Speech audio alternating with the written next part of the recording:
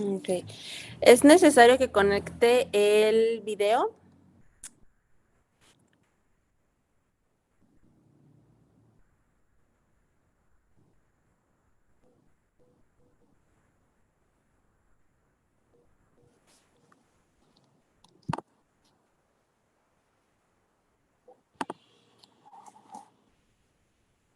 Ya está transmitiendo, por si gustan empezar. Sí, gracias, Rodrigo. Buenos Perfecto. días a todos.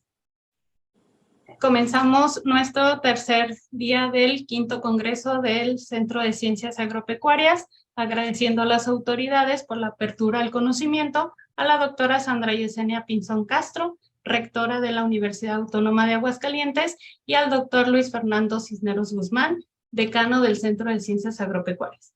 El día de hoy nos acompaña la médico veterinario zootecnista Karina Rodríguez López, de quien les voy a leer un poco de su reseña académica. Es egresada de la Universidad de La Salle Bajío y cuenta con una maestría en Administración de Instituciones de Salud. También cuenta con un diplomado en Medicina Felina y cursos intensivos en cirugía en gatos, oftalmología, parasitología, entre otros. Cuenta con una experiencia de 8 años en clínica y actualmente es encargada de medicina interna y manejo de cat friendly, encargada del área de cirugía y encargada del personal médico, así como médico fundador de Miau Centro Médico Felino. Le damos la bienvenida a la médico Karina, quien nos va a presentar el tema manejo del shock en el gato.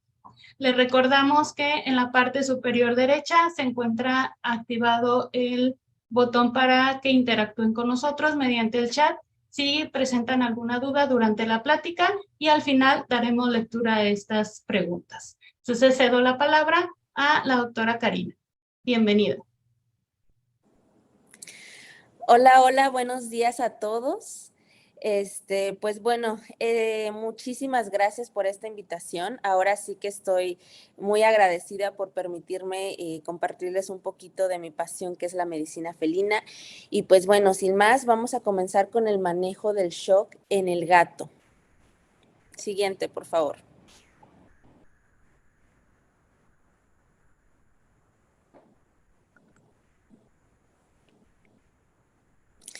Bueno, vamos a empezar por definir qué es el shock.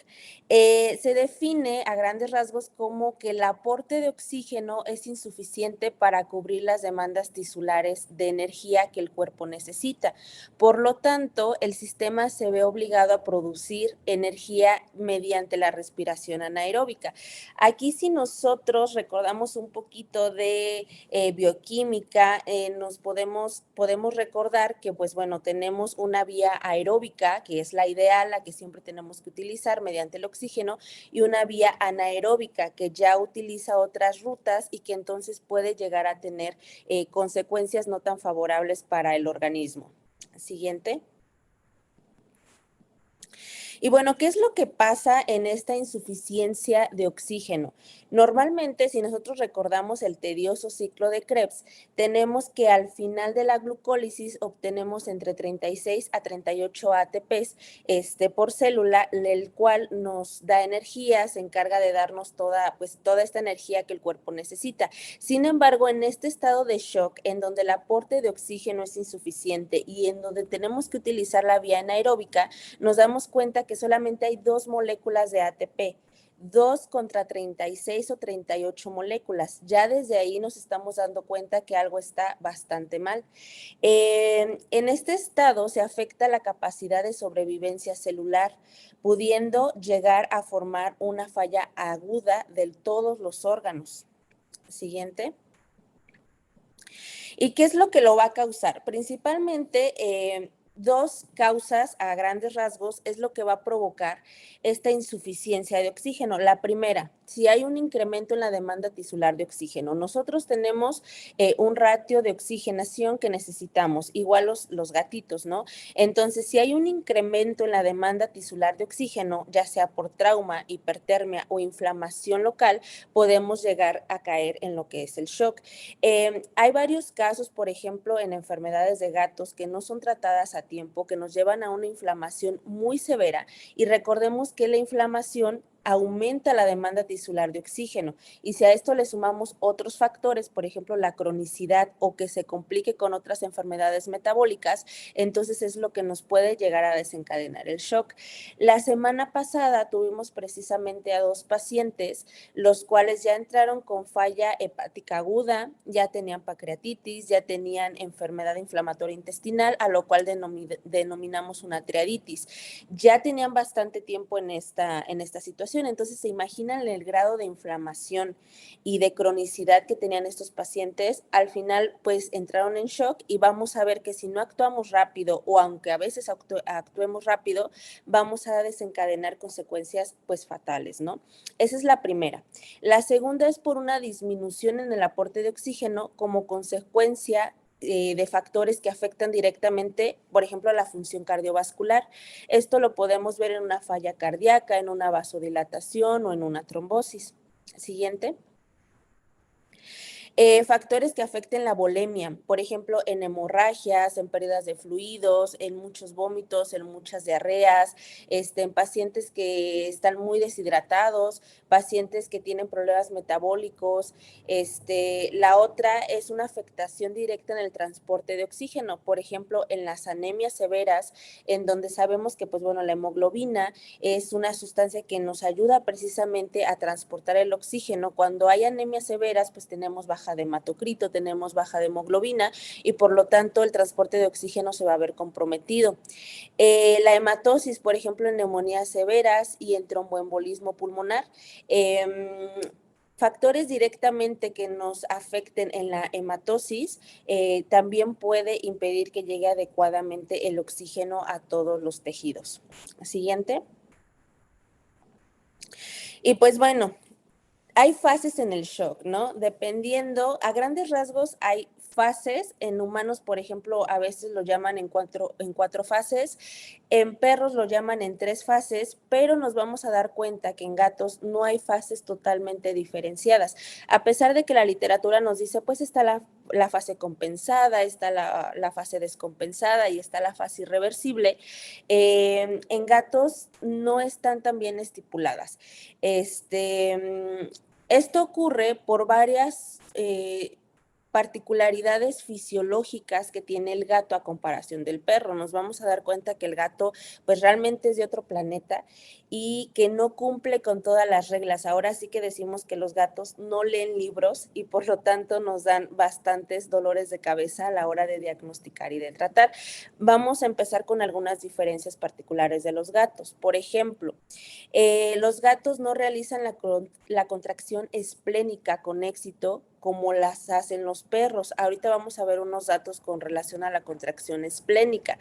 Aparte, las fibras del nervio vago están alineadas con fibras simpáticas y se estimulan conjuntamente. Es decir, nosotros cuando estudiamos fisiología decimos, bueno, si hay algo que esté pasando en el cuerpo, hay algo que se llama homeostasis o equilibrio, ¿no? Que si yo no estoy recibiendo suficiente flujo sanguíneo, pues voy a aumentar la frecuencia cardíaca para que entonces el corazón bombee más rápido y pueda tener ese flujo que no tengo, ¿no? En el caso del gato no pasa. En el caso del gato tiene una respuesta vagal, es decir, que si no hay suficiente flujo, pues entonces te bajo más el flujo.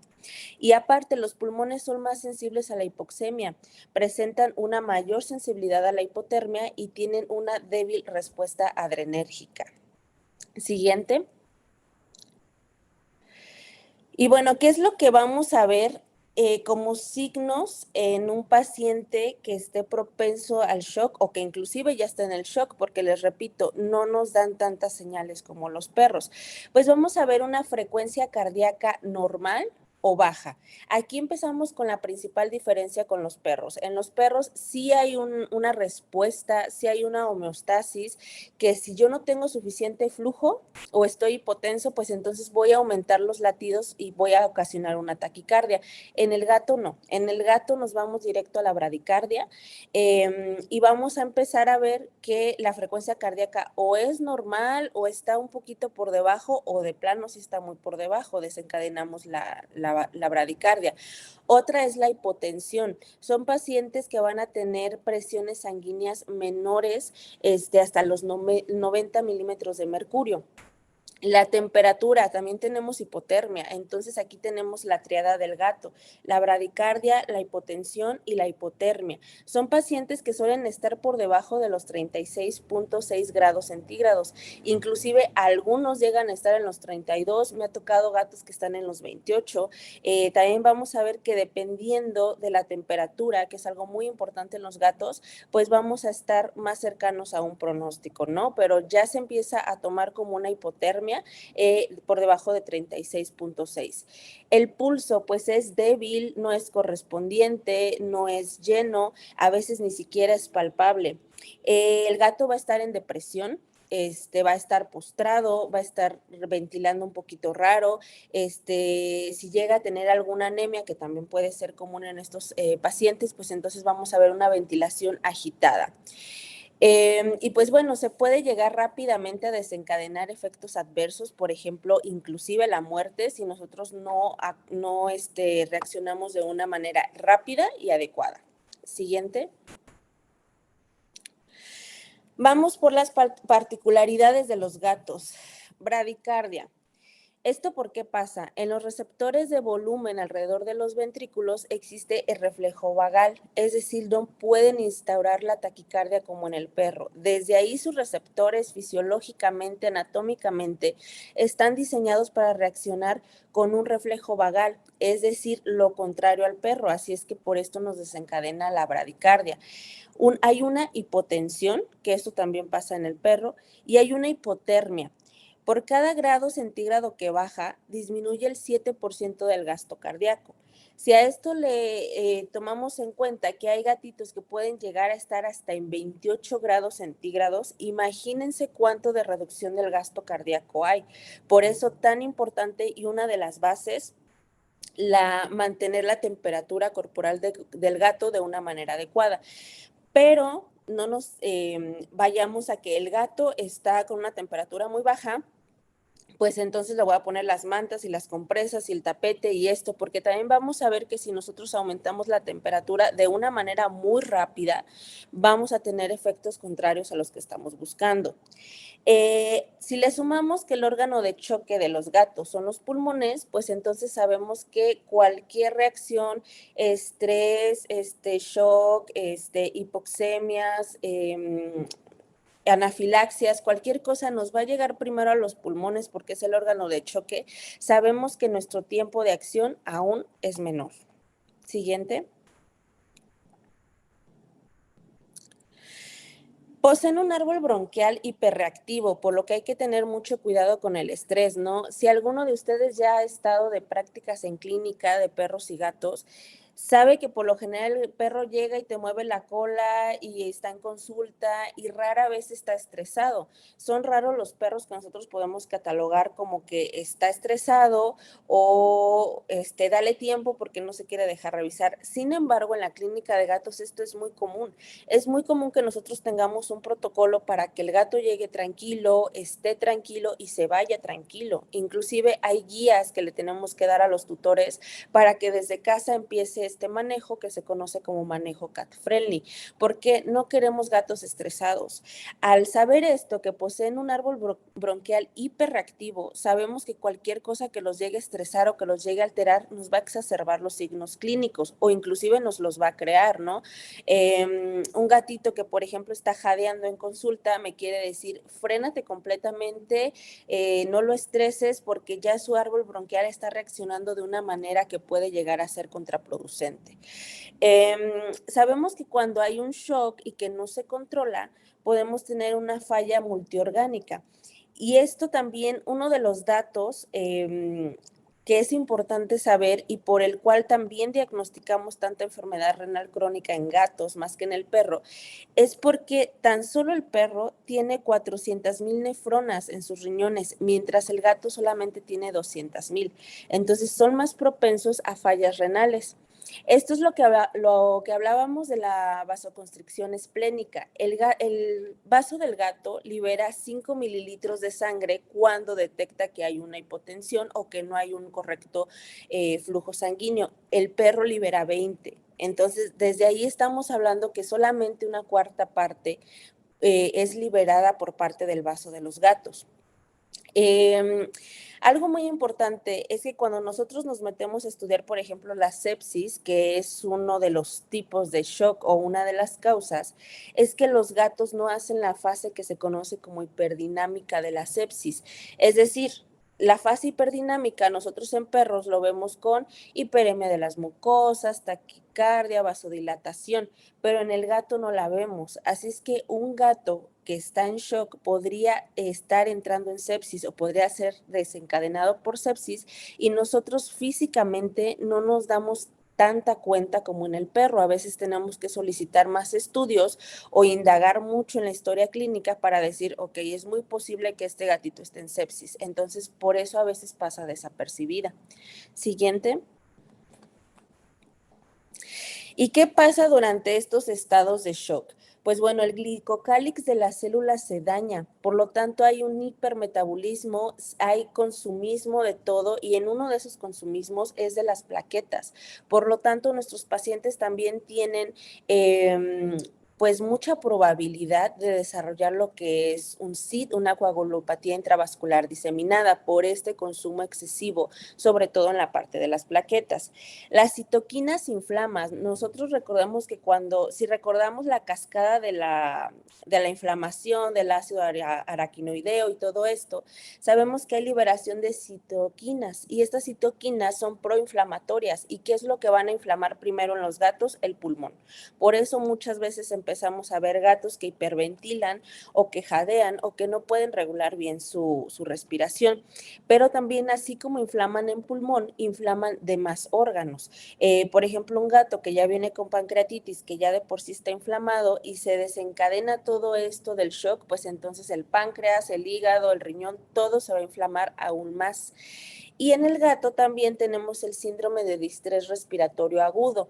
Un gatito que está muy inflamado, que está muy dañado, que está muy adolorido, que está en sepsis, que se está empezando a dañar el organismo, vamos a tener como consecuencia el distrés respiratorio agudo, es decir, empiezan a no poder ventilar de manera adecuada. Y si ya sabemos que el shock ocurre por una falta de aporte de oxigenación adecuada y le sumamos que los pulmoncitos no están funcionando bien, pues entonces ahí se nos viene como que una cascada hacia el desastre. Siguiente.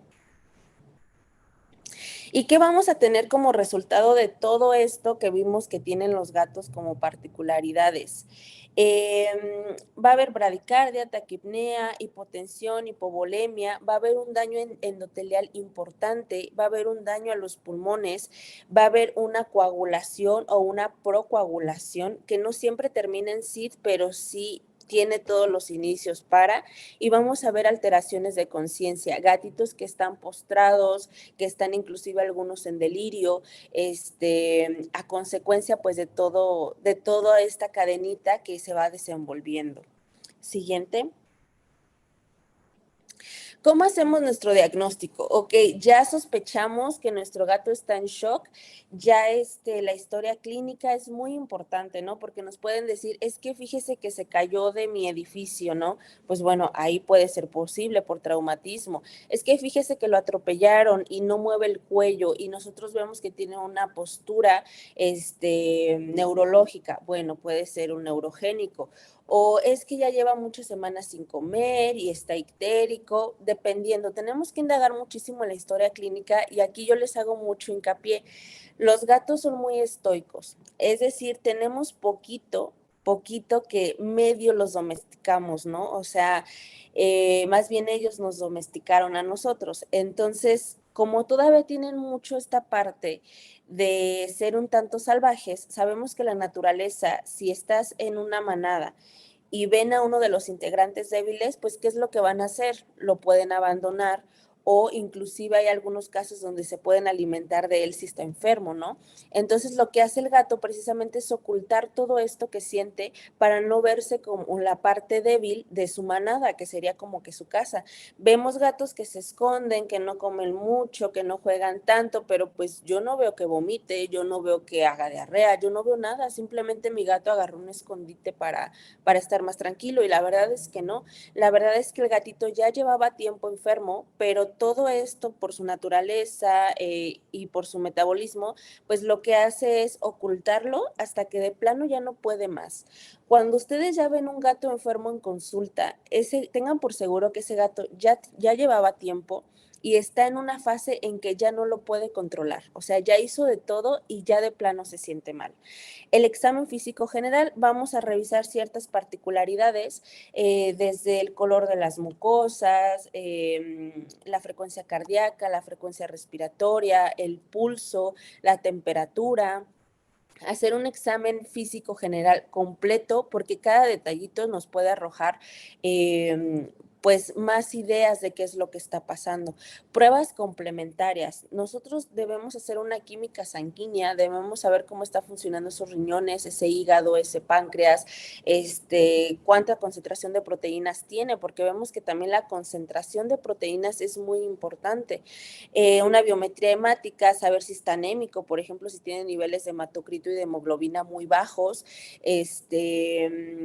ver si tiene a lo mejor una infección muy alta. En el caso de sepsis, pues bueno, vamos a ver una elevación de los leucocitos, pero es importante saber cómo está este paciente, ¿no? Un examen general de orina, está tirando glucosa, la densidad urinaria está muy baja, está tirando proteínas, qué es lo que están haciendo en función sus riñones. Un ultrasonido, unos rayos X, y aquí algo muy importante que no muchas clínicas tenemos, pero pues estaría padre, la medición del lactato. Ya afortunadamente es cada vez más común poder medir el lactato, porque cuando nosotros tomamos la vía anaeróbica, porque no hay otra opción, porque la vía aeróbica pues no hay suficiente oxígeno, lo que hace toda esta línea de la glucólisis es que pues empieza a utilizar el ácido láctico y tenemos consecuencias. Por ejemplo, la elevación del lactato. Esto nos habla de que en efecto se está utilizando la vía anaerobia y que en efecto ya está causando problemas este lactato. Siguiente. Y bueno, ¿qué es lo que vamos a ver en estas pruebas? Como ya les mencioné, vamos a ver niveles de hematocrito y de hemoglobina bajos o altos. Si estos están muy bajos, pues tenemos que actuar, ¿no? Porque sabemos que la hemoglobina transporta el oxígeno y si no estamos teniendo hemoglobina porque hay una anemia y si el hematocrito está bajo, y no hay suficiente sangre para poder perfundir a todos los tejidos, pues entonces tenemos que hacer algo para corregir esto. Hipocalcemia. Nosotros en una bioquímica podemos ver niveles, por ejemplo, de sodio, de calcio, de potasio, de fósforo.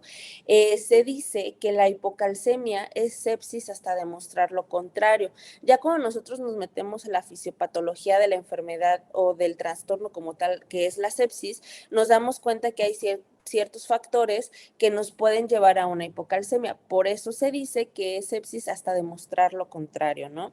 La hipoglucemia también es más común en sepsis. Recordemos que las bacterias se alimentan de glucosa, entonces si nuestro paciente estaba normal hace unos días o inclusive algunas horas, su glucemia estaba en rangos normales y de repente empieza con todo esto, que delirio, que baja temperatura, que hipotensión, todo esto, medimos la glucosa y está anormalmente hipoglucémico, pues entonces también puede ser una pauta para decir, puede ser que mi paciente esté en sepsis, ¿no? El lactato alto, como les explicaba, por la ruta anaeróbica, pues se tiende a elevar el lactato, entonces también esto es un indicativo de shock.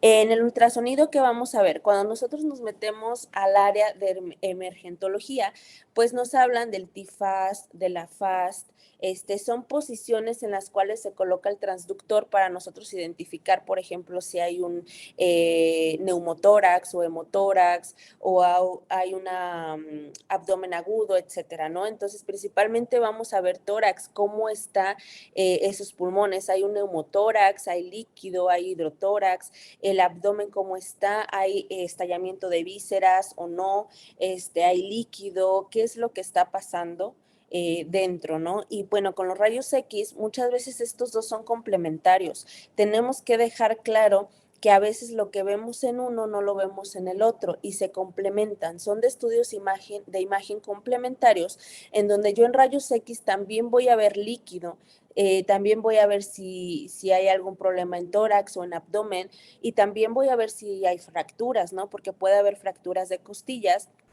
que a lo mejor por la forma o la posición en el ultrasonido pues no las veo o medio sospecho, pero en los rayos X ya lo confirmo. Entonces, no dejen de lado estos dos porque sí son muy importantes. Siguiente. Y bueno, ¿qué es lo que vamos a evaluar en nuestro paciente? Desde el examen físico general hasta que nosotros detectamos que el paciente está en shock y que ya está en el área de cuidados intensivos, nosotros tenemos que estar monitoreando a este paciente a cada rato y tenemos que estar checando los signos vitales importantes. Por ejemplo, el estado de conciencia, ¿no? Es un paciente que entró en delirio, pero que ya no está en delirio y ahora está alerta, o sigue deprimido, o está comatoso. ¿En qué estado de conciencia entró y está mi paciente? Frecuencia respiratoria, pues bueno, sabemos que en el gato la frecuencia es de 20 a 30 respiraciones por minuto. Va a haber literaturas que nos mencionen hasta 35, inclusive algunas hasta 40. Recordemos que los valores muchas veces son determinados por la literatura que tú consultes, y medicina es cambiante. Lo que es hoy tal vez no sea en una semana, así es que nosotros nos tenemos que estar actualizando constantemente. Esto es más o menos en promedio. La frecuencia cardíaca va desde los 160 hasta los 240 latidos por minuto. Aquí hay que checar la frecuencia, el ritmo y el pulso. Es muy importante que el pulso sea palpable, sea constante y sea concordante con cada latido cardíaco. Sí, si yo tengo 160 de latidos cardíacos, en pulso puedo tener 159, 160, 161. Por lo general se acepta que sea +1 o -1 en la cuestión del pulso. Lo ideal es que fueran 160, pero pues bueno, puede haber por ahí alguna variación y sabes que tengo 159 o tengo 161. Eso es lo que aceptamos con respecto al pulso. Siguiente. La presión arterial. Hay varios mecanismos para nosotros poder medir la presión arterial. Son pocos los aparatos que nos dan una buena medición arterial en cuestión de los gatos, ¿no? Y a veces son aparatos que sí están caritos, que están arriba de los 60, 70 u 80 mil pesos, pero que tienen particularidades que realmente nos están dando la fiabilidad de que estas presiones están bien medidas. Lo que tenemos que hacer cuando nosotros tomamos la presión arterial del gato, que puede ser de la patita o puede ser de la colita, dependiendo de qué tan cooperativo esté nuestro gato, es que primero tiene que estar quieto, lo más quieto posible. Si tenemos un paciente en shock, pues este paciente va a estar quieto, ¿no? Pero si no lo estuviera, vamos a hacerlo de un lugar donde no lo estrese tanto. Se hacen 5 mediciones, no solamente una. Entonces nosotros hacemos 5 mediciones, de las cuales vamos a eliminar 2, la más alta y la más baja. Así de que sabes que todas me salen 120, 130, 125, pero esta me salió en 190 y esta me salió en 60. Ok, elimino 190, elimino 160, me quedo con las 3 que están más cercanas, que concuerdan más, y entonces hago un promedio. Hago un promedio de estas 3 y entonces ya tengo lo que es la presión sistólica y la presión diastólica. En la presión sistólica tenemos rangos de 90 a 160 milímetros de mercurio, es lo normal en el gato, y la diastólica de 80 a 120. Si nosotros sacamos la presión arterial media, que sería la PAM, sería entre 70 y 100 milímetros de mercurio, lo normal. La coloración de las mucosas es muy importante, ver qué está pasando con esas mucosas en nuestros pacientes, ¿no? Si están rosadas, si están ictéricas, si están cianóticas, si están pálidas, qué es lo que está pasando con esas mucosas. Porque si nosotros estamos haciendo algo bien, de unas mucosas pálidas, a lo mejor pasamos a un rosita pálido. Y esto nos dice, ok, algo estoy haciendo bien porque me indica que está llegando al menos mayor perfusión a los tejidos. La temperatura también, como les comenté, muy importante, ¿no? Lo normal es entre 38 y 39,5. Hay veces que llegan pacientes a consulta con 39,7, pero hay que valorar las condiciones. A lo mejor es un paciente que viene en el carro con este calor que hace, viene un poquito estresado, pues bueno, 0.2 grados me lo justifica, pero si a lo mejor vienen 40.5, 40.7, pues bueno, algo aquí está pasando y tengo que descartar que no sea de origen metabólico, ¿no? ¿Tiene dolor mi paciente? ¿Cómo vamos a evaluar el dolor en gatos? Pues bueno, afortunadamente hay una escala que está siendo muy utilizada, que es la escala Grimace. Aquí les pongo una pequeña imagen para que la podamos buscar en internet en alguna oportunidad. Y lo que valora principalmente, pues bueno, es la carita, ¿no? Las orejas cómo están agachadas, están erguidas, están hacia los lados, los ojos cómo están muy abiertos, están poco abiertos, están cerrados, las pupilas están dilatadas, la posición de los bigotes están hacia abajo, están hacia enfrente, hacia dónde están, ¿no? Aquí en la imagen, por ejemplo, vemos hacia la derecha, bueno, que sería mi derecha, vemos un gatito que está con las orejitas totalmente hacia abajo, los ojitos casi cerrados y los bigotes hacia enfrente. Esto nos habla de que el nivel del dolor del gato sí es alto, ¿no? A comparación del naranja que tenemos al lado, que este es moderado. Siguiente. Y pues bueno, cuando nosotros nos metemos a estudiar, por ejemplo, lo de la reanimación cardiocerebropulmonar, vemos que hay ciertos acrósticos en donde nos dicen cómo debemos de actuar. En este caso hay un acróstico que también nos dice qué debo tener, qué debo de medir, pero está un poquito modificado para lo que es el shock en los gatos. Por ejemplo, tenemos el ABCDATE. Esto es, la A es de aireación. Hay que recordar que los gatos disneicos van a tener peores pronósticos. Entonces, en la A nosotros tenemos que asegurar el aire, el oxígeno, que mi gatito no está ventilando bien, oxígeno, que tiene problemas para la respiración, hay que ver, tiene temperatura, no tiene temperatura, tenemos que asegurar que nuestro gato pueda ventilar de manera adecuada. Y muchas veces, o más bien la mayoría de las veces, tenemos que suplementar con oxígeno. La B, de latidos cardíacos. ¿Cuánto está teniendo de frecuencia? El pulso es fuerte, lleno, correspondiente. ¿Cómo está bombeando ese corazón? Porque yo necesito que esté bombeando de manera adecuada para poder mandar más sangre y entonces que mis tejidos pues no tengan un daño celular irreparable, ¿no? Entonces, cuidar ese corazón, esos latidos cardíacos. La C, de circulación o perfusión periférica. Como hablábamos, los gatos tienen una respuesta vagal, por lo tanto vamos a tener una bradicardia, así es que nosotros nos tenemos que asegurar de tener todos los mecanismos para mejorar esta circulación. ¿Sabes qué? Mi paciente está anémico. Hay que pensar en una transfusión. Mi paciente está muy frío y por lo tanto el flujo sanguíneo pues obviamente va a ir más lento. Hay que pensar en calentar al paciente. La D, de drogas. Tenemos que estar muy familiarizados con qué fármacos nosotros vamos a actuar, ¿no? Si mi paciente necesita vasopresores, si necesita inotrópicos, si necesita antiarrítmicos, analépticos, nosotros tenemos que tener ahora sí que nuestro carrito rojo en donde tengamos clasificados todos estos fármacos que son considerados de emergencia para que en el momento en que mi paciente lo necesite, yo lo pueda tener. La E, de encéfalo, ¿no? Una evaluación neurológica es muy importante. ¿Cómo entró mi paciente? ¿Cómo sigue mi paciente? ¿Cuánto tiempo lleva en delirio? ¿Cuánto tiempo lleva en coma? Mira, ya está más alerta, ¿no? Entonces es muy importante estar valorando a cada rato la evaluación neurológica. El abdomen. ¿Cómo está este paciente? Hay pacientes que pueden llegar a desarrollar líquido. Cuando nosotros nos metemos de nuevo en la fisiopatología, sabemos que, por ejemplo, si hay un descenso de proteínas, pues vamos a tener extravasación de líquidos y vamos a desencadenar, pues obviamente algún edema, inclusive edema cerebral, ¿no? Entonces tenemos que estar cuidando mucho esta parte de que no se nos estén estancando los líquidos ni en los pulmones, ni en el cerebrito, ni en el abdomen, porque esto pues nos complica el pronóstico. El tegumento, ¿cómo está su piel? ¿Tiene heridas? A lo mejor viene porque tiene una fractura y tiene un trauma y yo tengo que parar esta hemorragia porque a lo mejor viene una fractura expuesta con una hemorragia y entonces mi shock es hipovolémico, así es que tengo que ponerle atención a esta fractura. El esqueleto, ¿no? Pues también hablando de fracturas o de caídas muy pronunciadas, pues tratar de cuidar esta parte, ¿sí? Siguiente.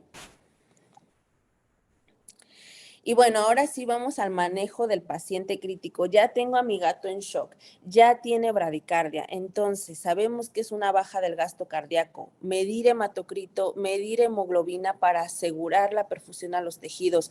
Tiene anemia, hay que transfundir.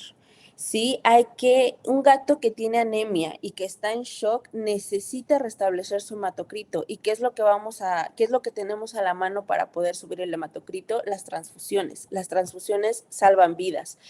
La temperatura, si nosotros tenemos un paciente hipotérmico, pues entonces esta sangre no va a poder circular de manera adecuada y nos va a generar pues aún más problemas, ¿no? ¿Qué hacemos con la hipotensión? Líquidos, o sea, nosotros tenemos que aumentar el lecho capilar con líquidos para que entonces la sangre pueda fluir de una manera mejor o adecuada. Volvemos a lo mismo, calentar. Si un paciente está frío, no vamos a tener una adecuada perfusión. Siguiente. La hipotermia, ¿qué hacemos con la hipotermia, no? Porque a veces es complicado, le pongo todo el arsenal de cosas calientes para que el gato suba la temperatura o me espero o qué hago, ¿no? Sobre todo con esta controversia que hay con los tapetes térmicos de que si lo pongo o no lo pongo, que si está indicado o no. Pues bueno, lo que podemos hacer es, los líquidos tienen que estar tibios, se habla más o menos de unos 38, 40 grados de los líquidos que van directo a lo que es la venita para que desde dentro pues nos estén como que calentando, ¿no? Se pueden utilizar compresas, se pueden utilizar métodos físicos. Se pueden utilizar métodos físicos, por ejemplo, poner unas mantitas, hay unas bolsitas de estas que tienen como burbujitas que a veces nos llegan con producto y que a nosotros nos encanta estar apretando, que estas también se utilizan como mantas térmicas, de hecho tienen muy buen resultado y son muy, muy económicas. Lo que tenemos que hacer es subir 1 grado por hora.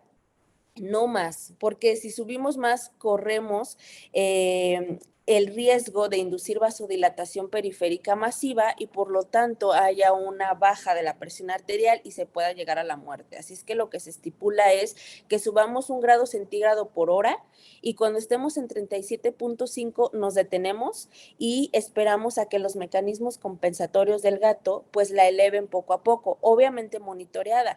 Si ya pasó cierto tiempo y veo que mi gatito en lugar de subir a 38 baja a 36, pues bueno, a lo mejor no está listo para subir por sí mismo y vuelvo nuevamente con mis métodos a intentar subir hasta 37.5.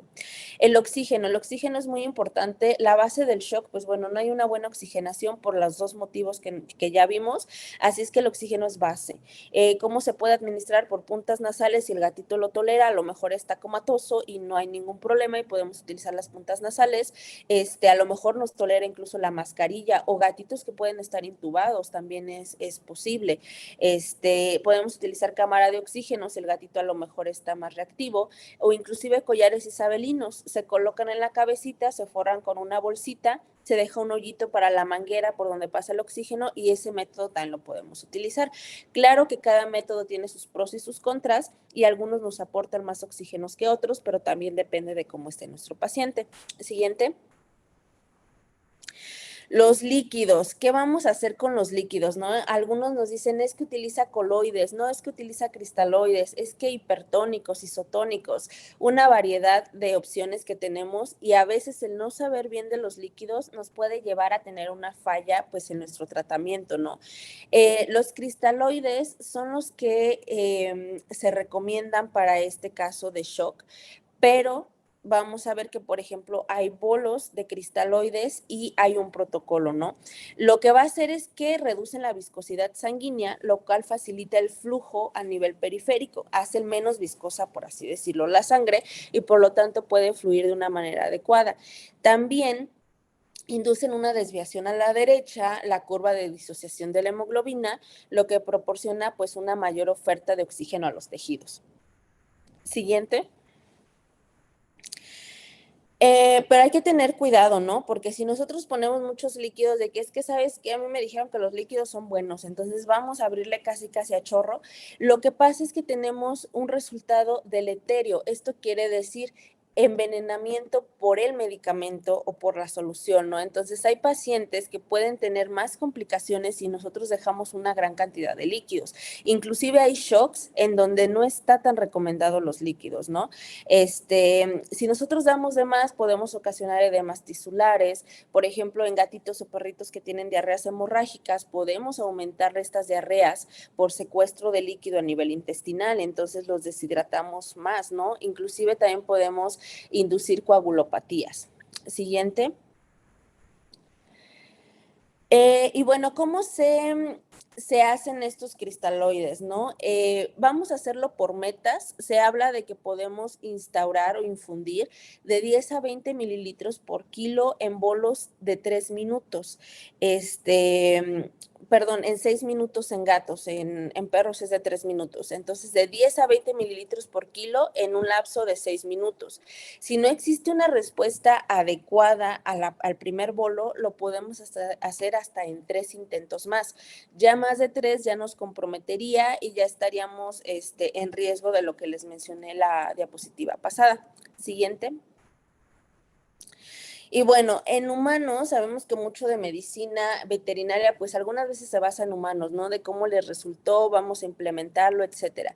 En humanos se ha utilizado soluciones hipertónicas de dextrano y ha demostrado que pues tiene algunos beneficios, sobre todo en pacientes con edema, traumatismos cráneoencefálicos, pues ha demostrado que tienen una buena aceptación. Por ejemplo, podríamos utilizar de 2 a 4 mililitros por kilo de 10 a 20 minutos. Aquí hay que valorar el tipo de shock, el paciente y si sí nos funcionó el primer bolo con cristaloides y de ser necesario, pues ya utilizamos estos otros, ¿no? Siguiente. Bueno, ahora sí los tipos de choque, porque ya hablamos de shock, pero ¿cuáles son los tipos o los desencadenantes, no? Tenemos el hipovolémico. Pues hay una baja de la volemia por algún motivo, a lo mejor el paciente se me está desangrando, entonces estoy perdiendo sangre y por lo tanto hay una hipovolemia. En este caso, pues sí hay que utilizar los líquidos porque ya hablamos de que los líquidos nos ayudan a la volemia. Cardiogénico, perdón. Un paciente con alguna falla cardíaca, con una cardiomiopatía que está descompensado. En este caso, sí se utilizan los líquidos en algunos casos, pero con mucho cuidado, porque nosotros vemos que, pues bueno, el corazón tiene las bombas de sodio, de calcio, etcétera, en donde si nosotros colocamos cualquier líquido o a cualquier cantidad, podemos causar efectos contrarios que no deseamos, ¿no? En el caso de los cardiogénicos también está muy cuidada la parte de los líquidos y en este caso la mayoría de fármacos que vamos a utilizar pues son del tipo inotrópicos. En el caso del obstructivo se dice que no se necesitan líquidos a menos que pues bueno tu paciente tenga algunas otras alteraciones y sí los necesites, pero en sí para el obstructivo no son tan necesarios. ¿Y qué hay que hacer en este caso? Pues drenar la obstrucción. ¿Qué es lo que me está causando esa obstrucción que me está desencadenando el shock? El distributivo, de se habla que se da más en sepsis, la presión arterial está muy baja, lo que tenemos que hacer pues es corregir la sepsis, es aumentar la presión arterial y en estos casos pues se utilizan vasopresores. Siguiente. El neurogénico, pues hay que tratar la causa, ¿no? A lo mejor un gatito que llega con lesiones de cervicales o con un trauma cráneoencefálico, pues sabemos cuál es la causa. Hay que tratar lo que se desencadena, claro, pero también llegar a la causa. Aquí una de las cosas que nos vamos a topar pues son con los edemas, con lo que ya hablábamos, ¿no? Gatitos que tienen edema cerebral por traumas cráneoencefálicos. Entonces aquí se hablan de algunos diuréticos, por ejemplo el manitol, que nos puede ayudar a drenar este edema y mientras tanto nosotros ya estamos calentando, ya estamos oxigenando, ya estamos haciendo todo lo que se indica en el shock. El séptico. Como hablábamos, es difícil a veces identificar a simple vista la sepsis en el gato, a veces tenemos que llegar a muchos estudios, indagar mucho en la historia clínica, pero se dice que los antibióticos en la primera hora de sepsis demoran la muerte hasta en un 6.7%, es decir, si tú te das cuenta de que tu gato está en sepsis y utilizas antibiótico en la primera hora, la sobrevivencia es mayor a si no lo usas. Y el anafiláctico, ¿no? Aquí sí se utilizan los líquidos, hay que recordar que el anafiláctico es por una liberación exacerbada de histamina y que esta histamina también pues es proinflamatoria, entonces tenemos inflamación que también nos llevan pues al shock, ¿no? Entonces aquí se utilizan los líquidos desinflamatorios, en algunas ocasiones antihistamínicos, o sea, nosotros también vamos a ver que no siempre están indicados los antihistamínicos porque la histamina tiene un periodo, ¿no? Un periodo de liberación y que a ciertas horas o a cierto tiempo ya no nos hacen tanto efecto. Siguiente. Y bueno, hay que dejar algo muy claro. El daño celular que se produce durante los episodios de shock son capaces de afectar la reserva funcional de ciertos órganos como el riñón, lo que disminuye la expectativa de vida del paciente. O sea, un paciente que ya entró en shock, aunque tú hagas lo mejor, aunque te lleves todas las guías, aunque lo saques del shock, tienes que estarlo monitoreando constantemente porque puede tener complicaciones dentro de las 24 horas hasta los siguientes meses subsecuentes, ya que a lo mejor no nos dimos cuenta y se dañó el riñón. Recordemos que tienen 200,000 nefronas, entonces hubo algún infarto al riñón por falta de perfusión o por algún trombito que se nos formó y entonces no nos dimos cuenta o en ese momento no lo tomamos tan en serio y resulta que el paciente queda con enfermedad renal crónica por este daño, ¿no?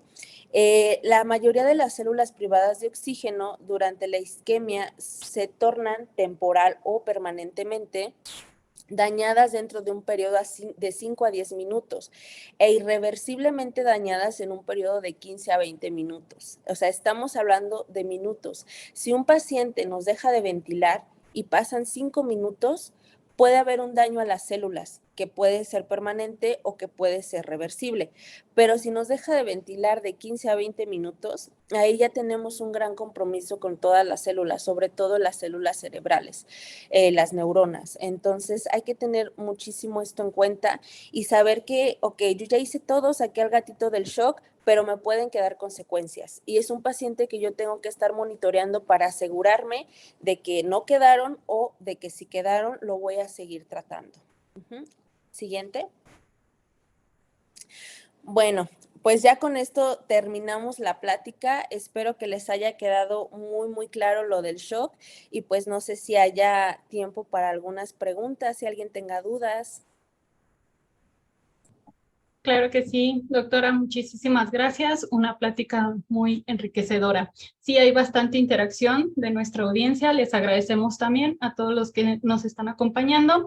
Y comienzo con la primera pregunta de Pamela Rodríguez. ¿En qué instante al tratar el shock se convierte en algo irreversible? Estábamos hablando de que desde los primeros 5 minutos tú ya tienes daño celular, que puede ser reversible. A partir de los 25 minutos, por ejemplo, estamos hablando de que ya es muchísimo más difícil. A lo mejor en una hora, si tú no has logrado nada, en una hora, si tú no has subido la temperatura, si no has aumentado la volemia, si la presión arterial no está adecuada, ya podríamos hablar de que ahí ya tienes compromiso muy seguramente de varios órganos. Perfecto. Otra pregunta de Gabriela Hernández Elizondo. ¿A qué se debe que los pulmones sea el órgano de choque en los gatos? Es por su fisiopatología, por su anatomía, por su fisiología y su anatomía. En el perro, por ejemplo, se sabe que es el estómago, los intestinos, ¿no? Entonces, es el aparato digestivo en los perros. Sabemos que cuando un perro tiene problemas en este sistema, pues entonces puede ser desencadenante de shock. En el gato, pues es los pulmones. Ahora sí que Diosito no los hizo con el mejor órgano de choque. Otra pregunta de Laura Fernanda Zamora Cortés. ¿La edad de un gato puede influir a que sea más propenso a que le dé un shock? Depende de varios factores. Aquí, como veíamos, hay diferentes tipos de shock. A lo mejor si es un hipovolémico, pues aquí no importa la edad, porque tanto se puede fracturar o tener una herida expuesta o una hemorragia un gatito de 1 año como la puede tener uno de 16. Si hablamos de que a lo mejor el de 16 tiene pues menos capacidad de cuidado, pues puede ser que sí, ¿no? A lo mejor se cayó porque tiene una enfermedad articular degenerativa, ya no pudo, se cayó y pues bueno, tenemos un hipovolémico. En cuestión de sepsis tampoco distingue como que edades, tiene una infección que no se puede controlar, llegó a sepsis y pues bueno, a lo mejor en el que sí podría ser en estos estados de inflamación, lo que es la pancreatitis, la colangitis, todas estas enfermedades metabólicas suelen ser más de pacientes más grandes, de pacientes mayores a 6, 7 años. Y tomando en cuenta que estas enfermedades nos pueden ocasionar un shock, a lo mejor podrían ser más propensos los pacientes mayores, pero yo he tenido gatos con 2 años que tienen pancreatitis. Entonces, si no son bien cuidados y atendidos en el momento, también nos pueden desencadenar el shock. Muy bien. Una pregunta interesante de Luis Ríos. ¿Qué primeros auxilios se necesita saber si un gato entra en shock en casa? En casa está muy complicado, porque estamos hablando que el shock es de cuidados intensivos, no hay de otra. A lo mejor lo preventivo, o sea, sería cuestión de enseñar a los tutores de ver, mi gato se está escondiendo, no es normal, mi gato dejó de comer hace 1 semana, no es normal, mi gato está adelgazando, no es normal, o sea, tendríamos que actuar mucho en la prevención, porque si un gato ya está en shock en casa, nosotros basándonos en que necesitamos oxígeno, necesitamos temperatura, necesitamos líquidos, es poco lo que el tutor puede hacer. A lo mejor puede mantenerlo caliente en lo que llega pues a urgencias para mínimo tener de nuestro lado la temperatura, ¿no? Que sabemos que nos puede complicar bastante. No es común que los tutores tengan oxígeno en casa, a lo mejor con esto del COVID puede que que otra persona sí lo tenga y sería muy importante que en casa también dieran suplementación con oxígeno, ¿no? A lo mejor sería lo que como tutores se puede hacer, mantener la temperatura, si hay posibilidad de tener oxígeno en casa, brindarle oxígeno y correr rápido a urgencias porque todo es en el área de cuidados intensivos. Correcto. Otra pregunta de Lucero Belén. ¿Se puede diagnosticar solo con los signos vitales? Puedes pensarlo, o sea, puedes pensar de que, a ver, este paciente tiene bradicardia, tiene hipotensión, tiene hipotermia, me está desencadenando un shock, pero yo no sé el origen, a menos que tenga una muy buena historia clínica o que yo vea lo que está pasando de que este paciente se está desangrando y tiene esta triada, pues bueno, seguramente está en shock, en un shock hipovolémico, o este paciente tiene antecedentes de que lo atropellaron y está en una posición neurológica y tiene esta triada, pues bueno, lo más seguro es que sí me esté ocasionando esto, ¿no? Pero principalmente para poder decir mi paciente es presuntivo de choque, tiene que tener la triada que les mencioné, que es bradicardia, hipotensión, hipotermia y aparte coincidir con algo que nos puede ocasionar el choque. Muy bien. Otra pregunta de Aileen Sainz. Para descartar una septicemia en un paciente en shock de reciente ingreso, ¿qué tipo de muestra se debe cultivar? Bueno, lo que puedes hacer es medir la química sanguínea. Hay aparatos también que te miden lo que es el lactato. El lactato, te digo, es muy indicativo de choque, pero también es muy indicativo de sepsis. La hipocalcemia, como hablábamos, si tú haces la química sanguínea y ves estos valores y dices, mi gato tiene una hipoglucemia, mi gato tiene una hipocalcemia, aparte tiene toda la signología de shock y yo veo que tiene una herida súper vieja o me dicen que dejó de comer hace tanto tiempo, aparte tiene, tiene rasgos que me pueden llegar a decir que tiene una infección, ahí podríamos pensar en una sepsis, ¿no?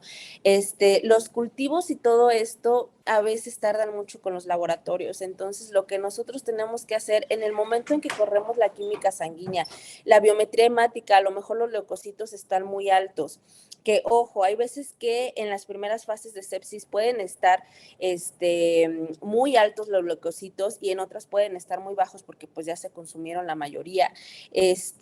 Puedo pensar con con la bioquímica, con la biometría hemática, con lactato, con los signos clínicos y yo pienso y la historia clínica, y yo pienso que es sepsis, tengo que empezar a instaurar antibióticos desde ese momento. Recordemos lo de la plática.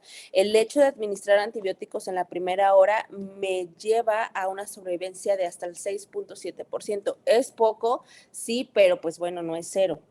Entonces, desde el primer momento en que tú lo sospechas con esto que te acabo de decir, trata. Si después ya el paciente está más estable y quieres mandar a hacer un cultivo, ok, lo podemos hacer, pero siempre y cuando el paciente nos pueda aguantar el tiempo que tarda un cultivo.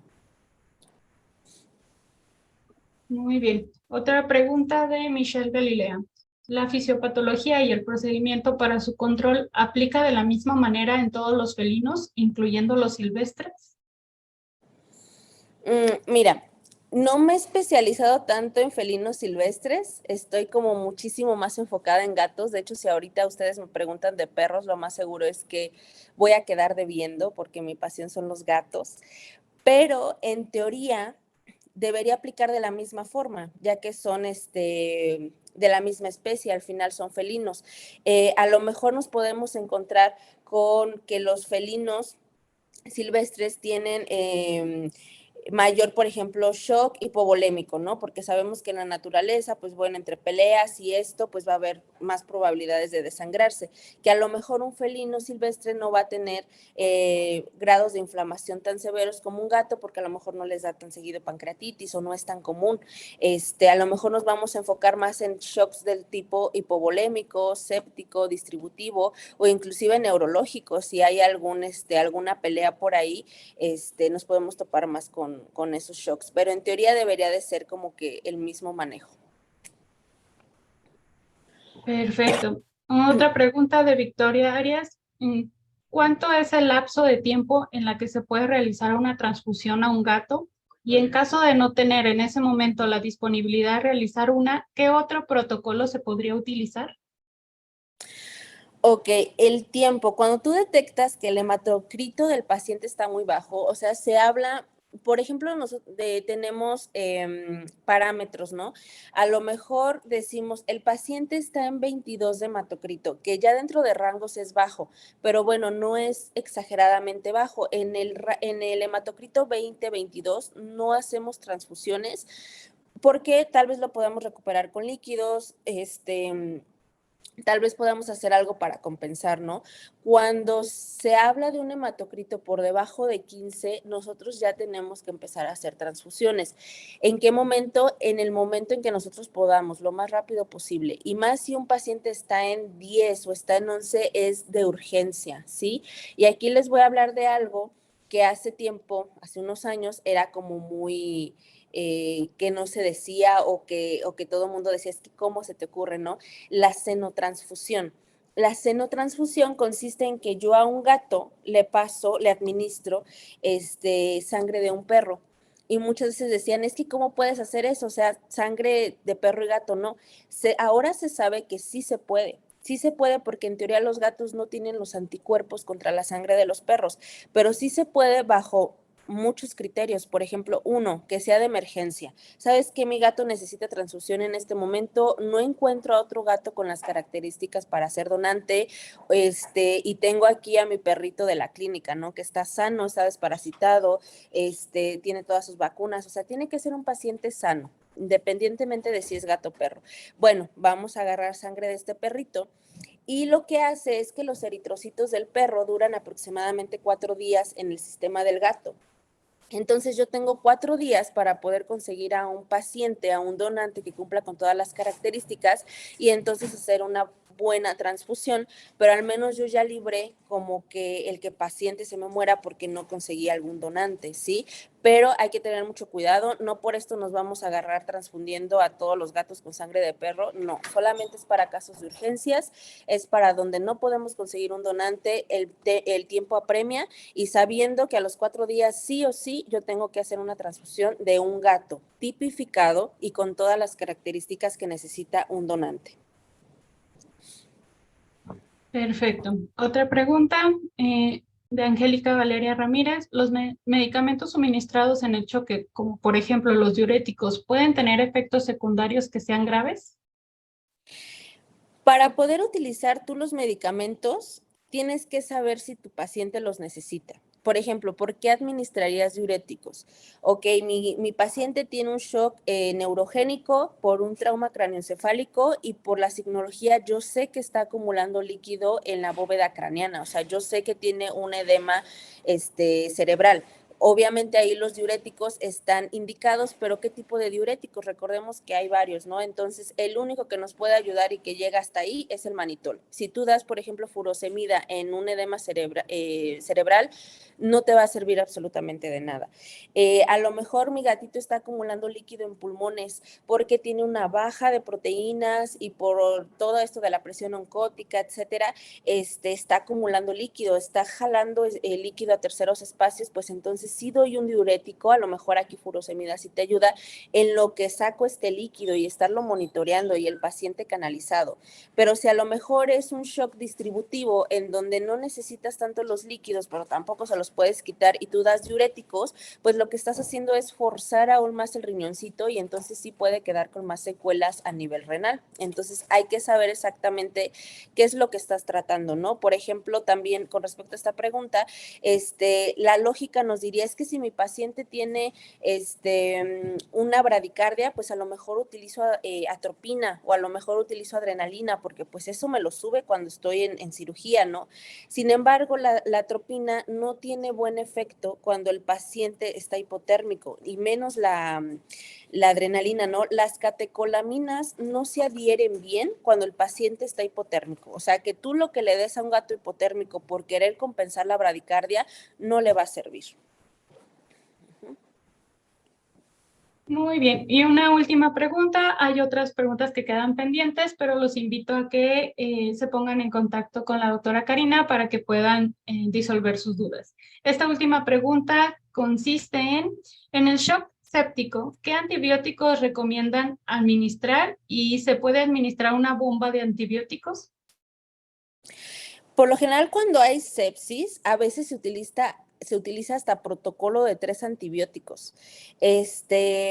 A lo mejor va a depender de si tú sabes qué está originando la sepsis, ¿no?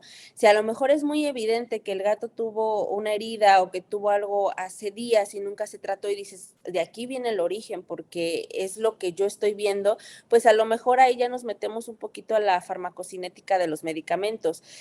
Cuáles pueden interactuar, cuáles no. A veces se utilizan, te digo, protocolos de hasta 3 antibióticos, a veces se utiliza ceftriaxona, otras veces amoxicilina, otras veces una mezcla metronidazol, amoxicilina. Algunas veces tienes que utilizar quinolonas, a pesar de que en los últimos años han estado un poquito estigmatizadas, sobre todo la enrofloxacina, por lo que llega a ocasionar en los ojitos de los gatos, a veces la tienes que utilizar. Recordemos que todos los fármacos son, o la mayoría son dosis dependientes. Si nosotros damos por 10 días una enrofloxacina a dosis altas, pues obviamente nos van a causar los efectos secundarios que el libro nos está diciendo, ¿no? Pero si a lo mejor lo utilizo a una dosis más baja por ciertos días en lo que el paciente sale o se recupera, las puedo utilizar. Entonces, a veces hay protocolos donde utilizamos amoxicilina, metronidazol, a otros donde le metemos ceftriaxona, algunos que necesiten clindamicina. O sea, sí va a depender de qué estado esté mi paciente, ¿no? Si a lo mejor también detectamos que tiene una falla hepática, pues a lo mejor no utilizo metronidazol porque sabemos que el metronidazol es hepatotóxico. Si a lo mejor tiene una enfermedad renal crónica, pues no utilizo gentamicina, no utilizo ampicilina, a lo mejor me voy por uno más noble como la amoxicilina. Tendríamos que, es un conjunto de pruebas y de análisis de cada caso para poder decir o decidir, yo utilizo tantos antibióticos y tales nombres. Excelente, doctora Karina. Entonces, con esto concluimos la plática del día de hoy. Esperamos que haya sido de su agrado y agradecemos a la doctora Karina por la información que nos aportó el día de hoy y les recordamos que los esperamos el día de mañana para continuar con este 5º Congreso del Centro de Ciencias Agropecuarias, iniciando a las 8 de la mañana. Muchísimas gracias a todos, la interacción que tuvimos en el chat, muchas gracias y los esperamos el día de mañana. Muchas gracias, doctora. Gracias a todos.